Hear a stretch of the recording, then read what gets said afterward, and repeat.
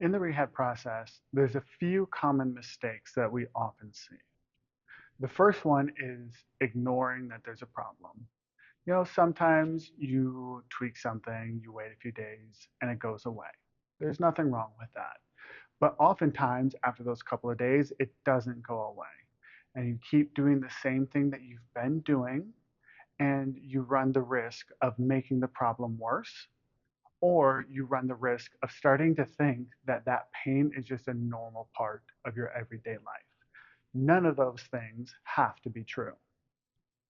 The second thing we see is after acknowledging that there is some kind of problem that needs to be fixed is doing nothing at all, taking complete rest for a long period of time. This can feel like a productive thing because sometimes the pain goes away. But oftentimes what we see is once you start picking up the activities that were aggravating before, the pain comes right back. The third mistake we see is doing too much. You know that something helps, so you get into the mindset that doing more of that thing must be better. Sometimes the issue is how much volume and load you're doing. So doing more could be exacerbating the problem, even if it's a positive thing to do. The therapy is in the dose. A fourth common mistake we see is thinking that there's just one solution to the problem. Any type of injury has multiple factors to it, and addressing each of those, and sometimes even the order that you address them in, matters. For instance, let's say you have knee pain because you've got poor quad control.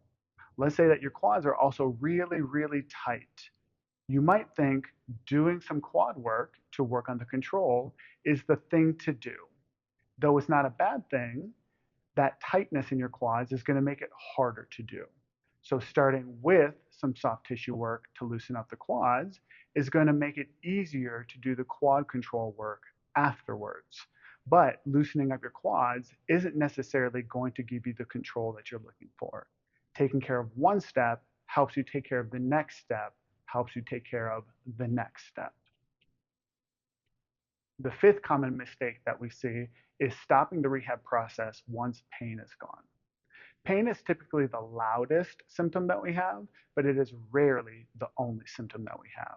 There's usually other things that accompany that pain, such as tightness, weakness, lack of stability.